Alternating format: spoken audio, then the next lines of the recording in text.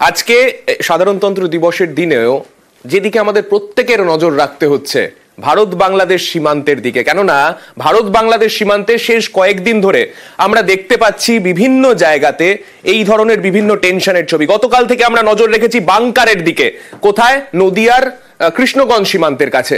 সেখানে আজকেও কিন্তু সকাল থেকে আমরা দেখছি বিএসএফ আধিকারিকদের তৎপরতা, বাংকার মাপজোক করছেন বিএসএফ আধিকারিকরা। সেখানে সকাল থেকে এই বাংকার মূলত কি উদ্দেশ্যে ব্যবহার করা হতো, কি কারণে এই বাংকারগুলো রাখা হয়েছে, সেই সমস্ত কিছু তথ্য তালাশের চেষ্টা চালাচ্ছেন বিএসএফ আধিকারিকরা। এবং সেই সমস্ত কিছুর জন্যই আজকে সকাল থেকে সমস্ত নথি তারা নথিভুক্ত করছেন সেখান থেকে।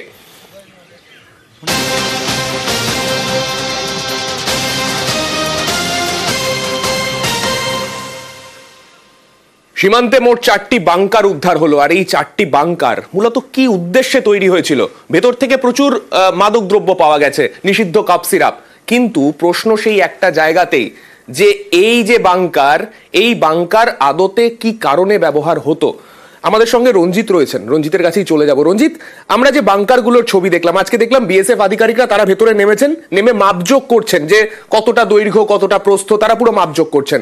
এই জায়গায় তারা কি মূলত এই আশঙ্কাটা তাদের মধ্যেও রয়েছে যে শুধুমাত্র মাদক বা এই কাপ সিরাপের জন্য নয়, এটার অন্য উদ্দেশ্য থাকতে পারে? এই উদ্দেশ্য জানার জন্যই কি এই সমস্ত কিছু তারা নথিভুক্ত করছেন বর্তমানে?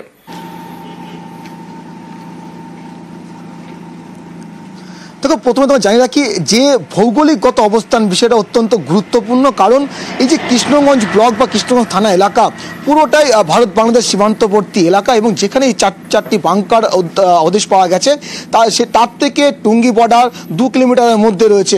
ফলে একটা বিএসএফকে ভাবাচ্ছে যে শুধুমাত্র চোরাচালান বা মাদকদ্রব্য পাচারের উদ্দেশ্যে এই বাংকারগুলো ব্যবহার করা হতো কিনা, নাকি অন্য কোনো বিষয় উদ্দেশ্য ছিল, সেটা অত্যন্ত গুরুত্বপূর্ণ বলে মনে করছে বিএসএফ। যদিও আজ বিএসএফ এর সাথে এনসিবির টিমও ছিল, যা যেহেতু মাদকদ্রব্য উদ্ধার হয়েছে সেক্ষেত্রে এনসিবি এখানে কিন্তু আসে, এবং ইতিমধ্যেই বিএসএফ এর তরফ থেকে মাপজোক করা হয়েছে।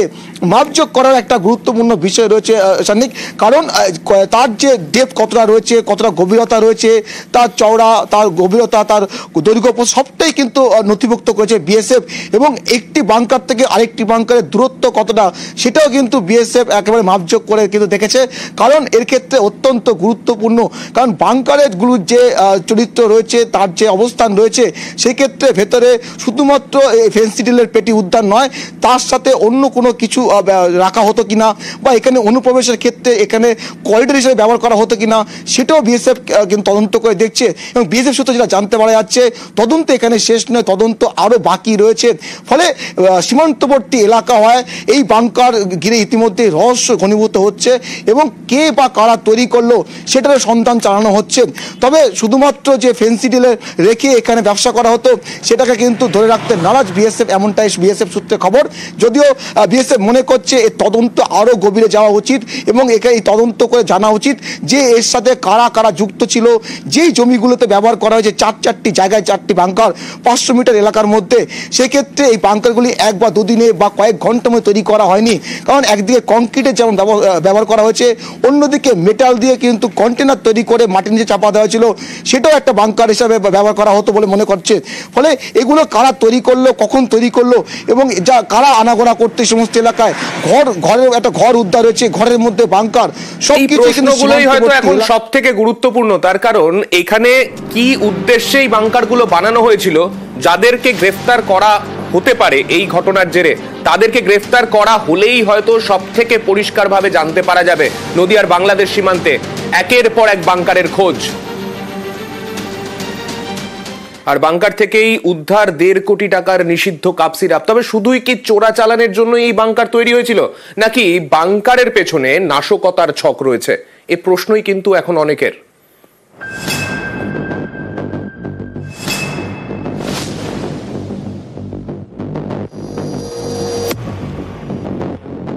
নদিয়ার কৃষ্ণগঞ্জ, এখানেই মাঝদিয়া এলাকা, 2 কিলোমিটারের মধ্যে ভারত বাংলাদেশ সীমান্ত।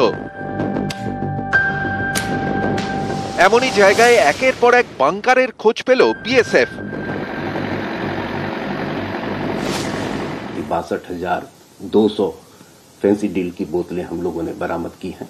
ये जो स्टोर हाउसेज में जो आपने ये बरामदगी देखी है, सीजर देखा है, यहां से इन स्टोर हाउसेज से छोटे छोटे पैकेट में बनाकर फिर इसी तरह के प्रयास होते रहते। সীমান্তবর্তী এলাকায় বাংকার, 500 মিটারের মধ্যে 4টি বাংকার, এ নিয়ে এলাকায় ছড়িয়েছে আতঙ্ক। চারটি বাংকার, কিন্তু আমরা কিছুই জানি না। কোথায় গিয়ে মনে হচ্ছে না নিরাপত্তা নিয়ে একটা প্রশ্ন উঠছে? নিরাপত্তার তো অভাব আছেই আর কি, সব দিক থেকে।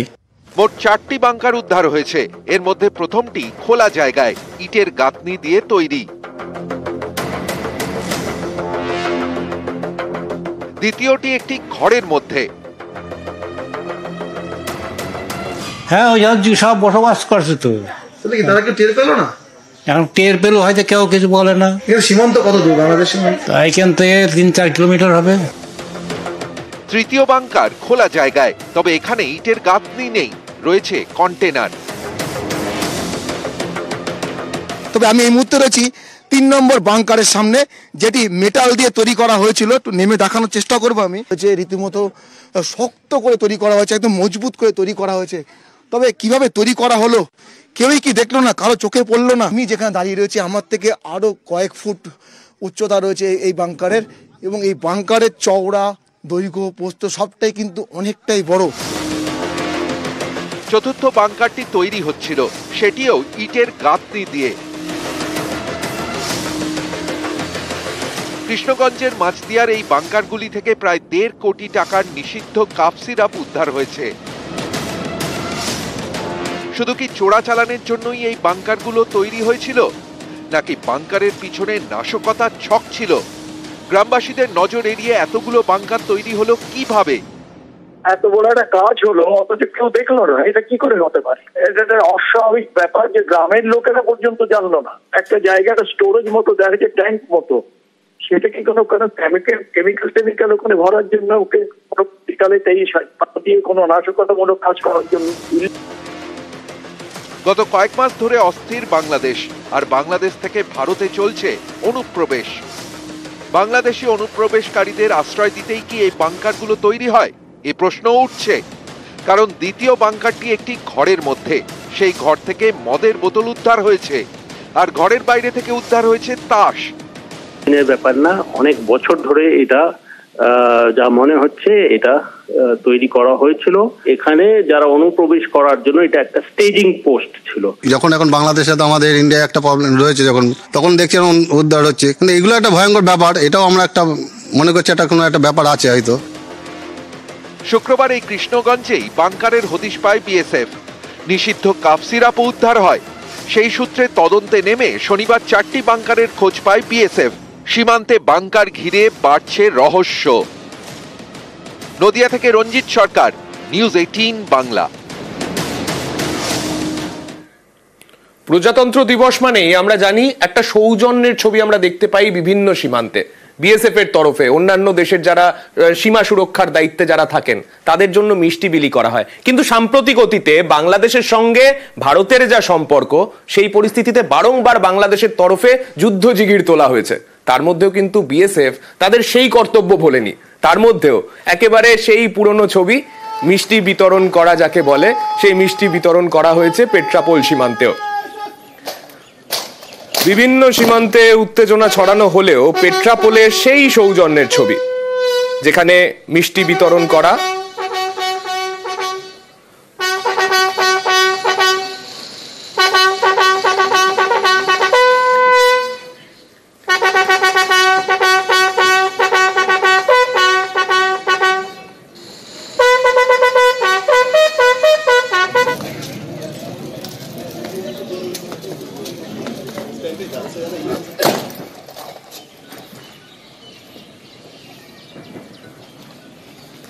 বিএসএফ এর তরফে সৌজন্যের ছবি, বিজিবির জওয়ানদের জন্য মিষ্টি বিতরণ বর্ডার সিকিউরিটি ফোর্সের জওয়ানদের তরফে।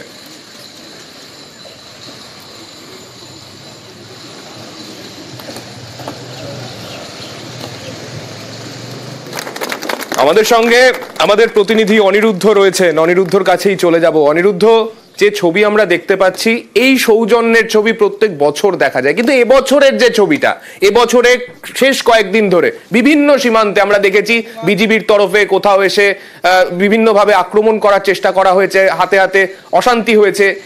এর মধ্যেও সেই পেট্রাপোল সীমান্তের সেই সৌজন্যের ছবিটাই আজকে বিএসএফ দেখালো। এই জায়গায় দাঁড়িয়ে যারা সীমান্তবর্তী এলাকার মানুষ, তাদের প্রতিক্রিয়া এই ঘটনার পরিপ্রেক্ষিতে কি? একদমই সান্নিধ্য। তোমাকে বলে রাখি যে প্রতি বছর প্রজাতন্ত্র দিবস উপলক্ষে বিএসএফ এর তরফ থেকে সাড়ম্বরে পালিত হয় প্রজাতন্ত্র দিবস। ভারতীয় পতাকা উত্তোলনের পরেই বিজিবির সঙ্গে সৌজন্য বিনিময় এবং তাদের সঙ্গে মিষ্টি বিতরণ করা হয়। এটা প্রতি বছরের একটা ঐতিহ্য। বিএসএফ এর তরফ থেকে কিন্তু সেই ঐতিহ্যে কোনো রকম খামতি ছিল না। এবছরও ৭৬তম প্রজাতন্ত্র দিবস উপলক্ষে আজ সকাল ৯টায় পতাকা উত্তোলন হয় সীমান্তে এলাকায়, অর্থাৎ পেট্রাপোল নোম্যান্স ল্যান্ডের সীমান্ত এলাকায়। সেখানে পতাকা উত্তোলনের পরেই বিএসএফ এর তরফ থেকে এবছরও কিন্তু তার কোনো ব্যতিক্রম ঘটেনি এবং যে সৌজন্যের নজির রাখছে ভারত, সেটা কিন্তু আরো একবার স্পষ্ট। এবং বিএসএফ এর তরফ থেকে বারবার যে সৌহার্দ্যের বার্তা দেওয়া হয়েছিল দুই দেশের, অর্থাৎ সীমান্ত সুরক্ষার ক্ষেত্রে বিএসএফ এবং বিজিবি তারা নিজেদের মধ্যে যে বৈঠক আমরা দেখেছি সাম্প্রতিক, যে দুই দেশের শান্তি বজিয়ে রাখার ক্ষেত্রে অগ্রণী ভূমিকা নিচ্ছে বিএসএফ, সে তা কিন্তু আরো একবার আজ স্পষ্ট।